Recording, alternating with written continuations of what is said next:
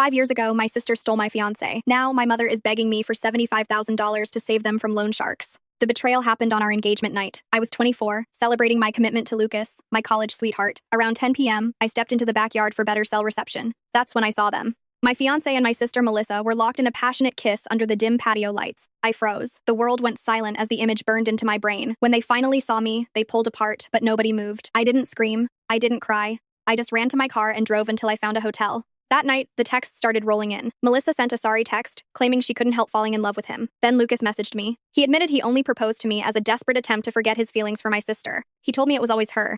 When I finally went home to pack, I walked into a nightmare. My entire family was there, including Lucas. They weren't there to comfort me. They were there to celebrate true love. Melissa hugged me while crying crocodile tears. My mother actually wiped a tear from her eye and told me, "We can't change the past, but we accept a future with them together." When I called it disgusting, the room turned on me. My father told me not to be a brat and that I should be happy my sister found her soulmate. "You're making this all about yourself," they said. I packed my life into 3 suitcases and never looked back. I spent 5 years building a luxury lifestyle from scratch. I kept my social media public specifically so they could watch me thrive while I ignored every happy birthday text they sent. Then, 4 days ago, my mom called from an unknown number, sounding hysterical. Melissa and Lucas started a business that failed spectacularly. They are neck-deep in debt, and loan sharks are literally hounding them.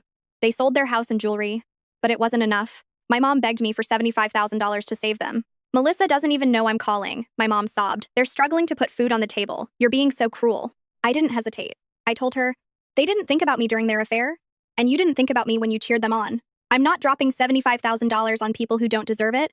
I hung up and blocked them all, but it didn't end there. 2 days later, my neighbor called. A crazy couple had been screaming at my front door for an hour. I rushed home and caught Melissa and Lucas trying to pick the lock to my house. When I pulled up, Lucas jumped toward me and knocked the phone out of my hand. Melissa stood there, looking haggard and desperate. She didn't apologize. Instead, she told me I was being dramatic for attention and that she'd arranged the money for now, but I needed to sign a legal document promising to fund them in the future.